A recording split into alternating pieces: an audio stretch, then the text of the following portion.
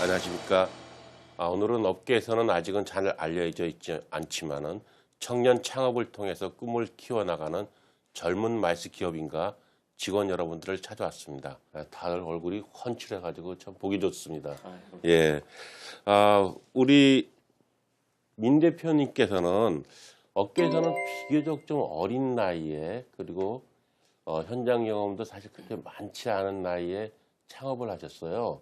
어떻게 이런 창업을 하게 됐는지 그 혹시 계기라든가 동기 같은 것들이 있으면 좀 말씀 좀 해주시겠습니까? 이제 2002년도에 처음으로 우리나라에 컨벤션 관련 학과가 생겨서 제가 2002년도에 그때 입학을 했었습니다. 처음에는 이제 그 지도 교수님들의 그 수업을 들으면서 교수님들 같은 이제 좀 학자의 길을 걷고 싶다는 생각을 했었는데, 이제 오히려 업계에 나와서 이렇게 좀 이 업계를 발전시키고 학교에서 배웠던 것들을 좀 이렇게 이루어 나가는 것들이 좀 더 이 업계를 위해서 또 교수님들의 가르침에 보답할 수 있는 길이 아닐까라는 생각에서 이제 창업을 좀 결심을 하게 됐고요. 그래서 지금 대학원에 다니면서 이제 사실 한 1,000만 원 정도 돈을 모아놔서 그걸로 이제 시작을 했습니다. 한 5평짜리 작은 오피스텔에서 이제 후배들 5명, 저까지 5명하고 이제 좀 위기투합을 해서 같이 시작을 했는데, 그 자본이 없었다는 게 오히려 좀 잃을 것이 없기 때문에 좀 더 용기를 가질 수 있지 않았나 하는 생각을 하고 있습니다. 그동안에 어떤 우리 주식회사 MNC가 이루었던 성과 같은 것들이 혹시 있으면은 좀 소개 좀 부탁드립니다.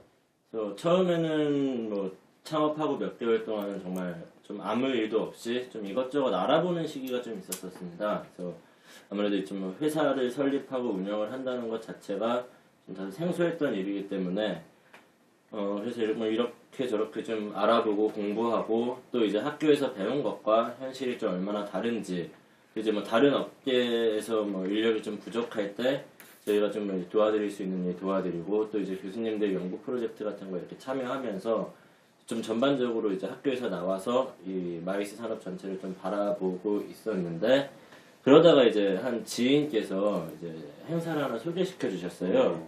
그래서 우리는 도저히 진행할 수 없는 일이니 소개시켜 줄 테니 한번 진행해 볼 수 있는지 한번 연락을 해봐라 라고 해서 이제 했는데, 처음 이렇게 미팅을 했는데 뭐 수익이 안 나는 거는 둘째치고 이거는 어느 정도의 손해를 우리가 이 일을 할 수 있을까 하는 생각이 들더라고요. 그래서 이제 고민을 많이 했죠. 저희가 이제 자본도 많이 없었던 상태이기 때문에.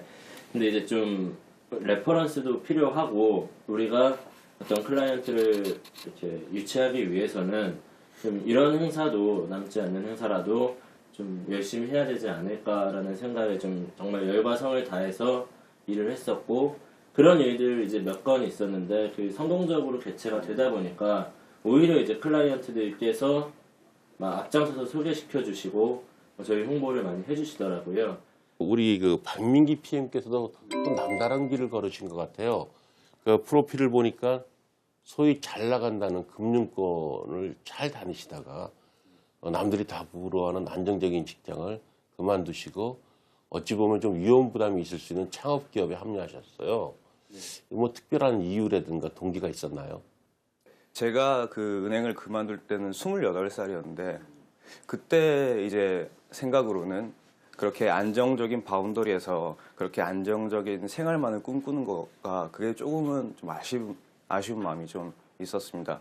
그래서 뭐 좀 우스갯소리로 5천만 원을 벌다 보니까 5억이 벌고 싶은 그런 생각이 들더라고요. 그만큼 더 하고 싶은 것들이 좀 많았고, 그리고 제 자신적으로도 이제 이루고 싶었던 게 좀 많았던 것 같습니다.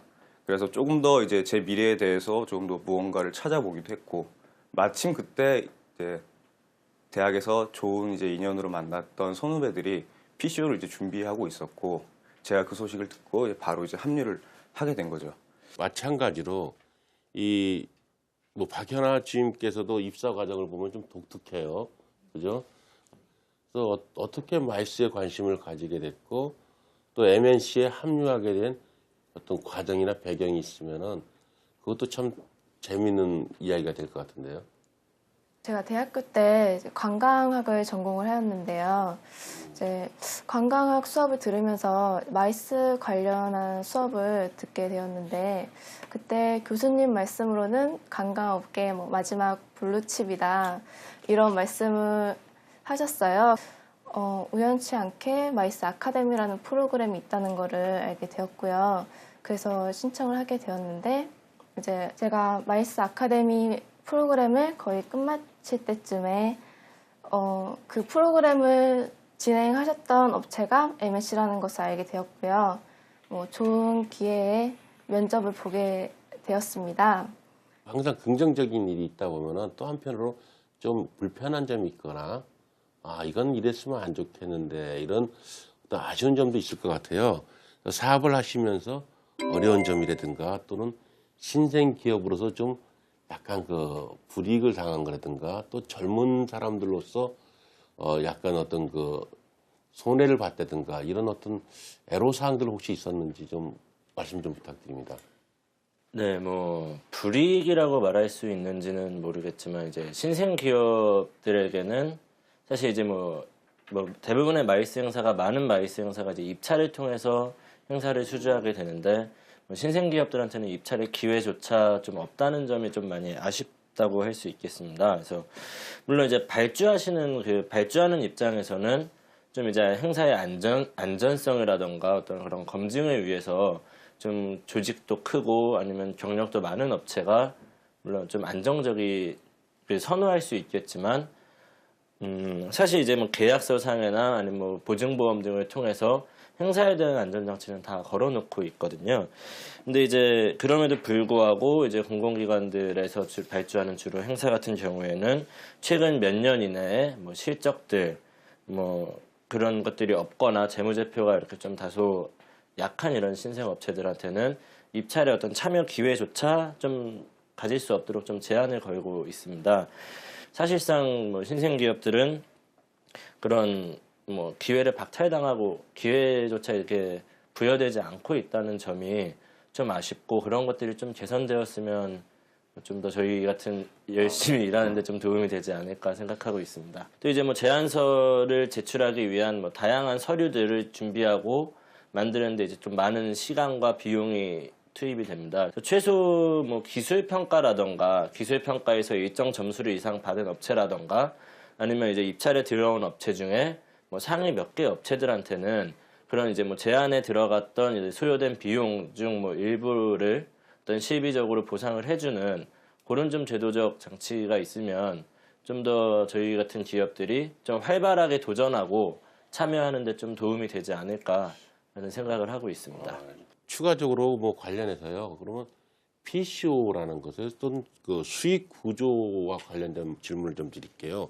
주식회사 MNC에서는 구체적으로 이런 노력들을 어떻게 강구하고 있는지 좀 그런 경험이나 또 사례가 있으면 말씀 좀 부탁드리겠습니다.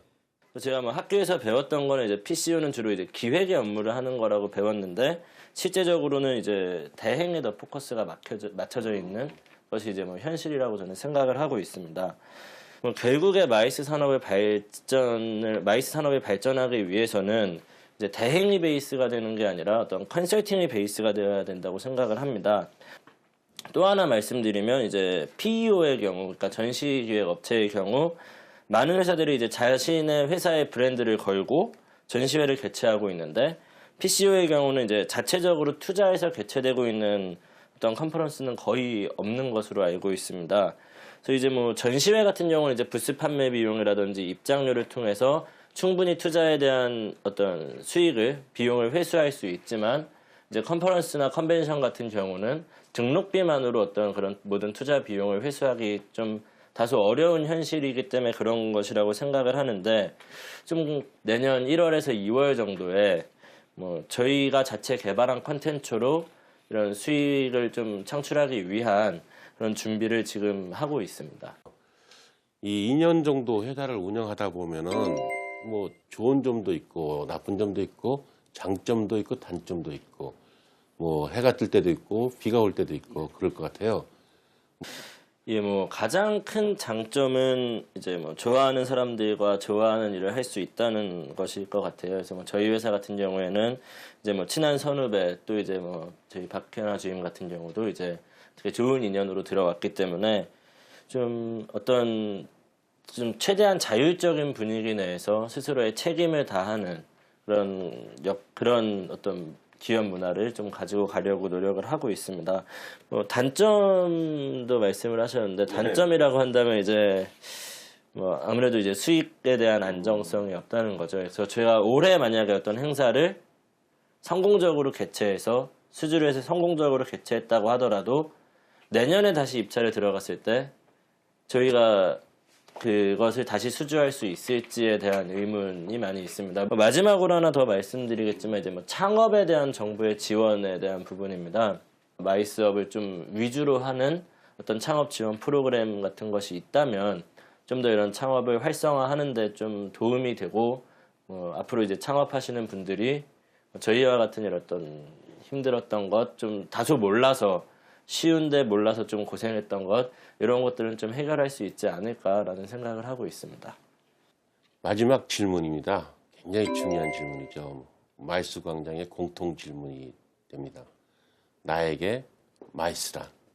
이제 사실 처음 창업할 때는 이렇게 큰 부담감이나 이런 것들이 없었는데 지금은 이제 그래도 단촐하지만 저희 6 식구가 같이 일을 하고 있기 때문에 그래서 그런 것들에 대한 책임감도 많이 느끼고 또 이제 학교 후배들이나 이런 또 다른 업계에 계신 분들의 간간히 이렇게 주목을 받으면서 아 정말 잘하지 않으면 안 되겠구나. 이것을 내가 성공적으로 이끌어야 또 어디 가서 우리 학교 후배 교수님들 또 업계 많은 동료분들이 좀 업계 동료분들께 좀 더 이제 뭐 모범적인 바람직한 마이스의 어떤 마이스 창업의 어떤 상을 보일 수 있겠구나라는 생각 때문에 참 그런 것들이 어떻게 보면 좀 운명으로 다가오지 않았나 예, 그런 생각을 하고 있습니다. 네, 저에게 마이스란 인생의 약간 터닝 포인트 같은 존재가 된 것 같습니다. 사실은 뭐 직장을 그만두게 하고 이렇게 달려올 수 있었던 것도 마이스였고 제 인생에서 그런 선택을 할 수 있는 용기를 준 존재였고 사실은 그리고 이렇게 마이스 이제 산업에서 이제 몸을 실제로 이제 담다 보니까 세상을 보는 눈도 관점도 약간 많이 달라진 것 같습니다. 터닝 포인트 같은 존재라고 말할 수 있겠습니다. 네. 네, 현재 저한테 마이스란 그 세상을 보는 눈의 매개체가 되지 않았나 생각합니다. 제가 처음 대학을 졸업하고 사회생활을 지금 처음 하고 있는데 그게 이제 마이스 업계이다 보니까 마이스 업계를 통해서 하는 여러 가지 경험들이 곧 그 사회를 경험하고 사회를 보는 그런 시각이 되지 않았나 생각합니다. 세 분에게는 참 마이스는 운명이고 터닝 포인트고 사회를 보는 어떤 창이 되는 그런 어떤 중요한 어떤 인생의 한 큰 부분인 것 같습니다.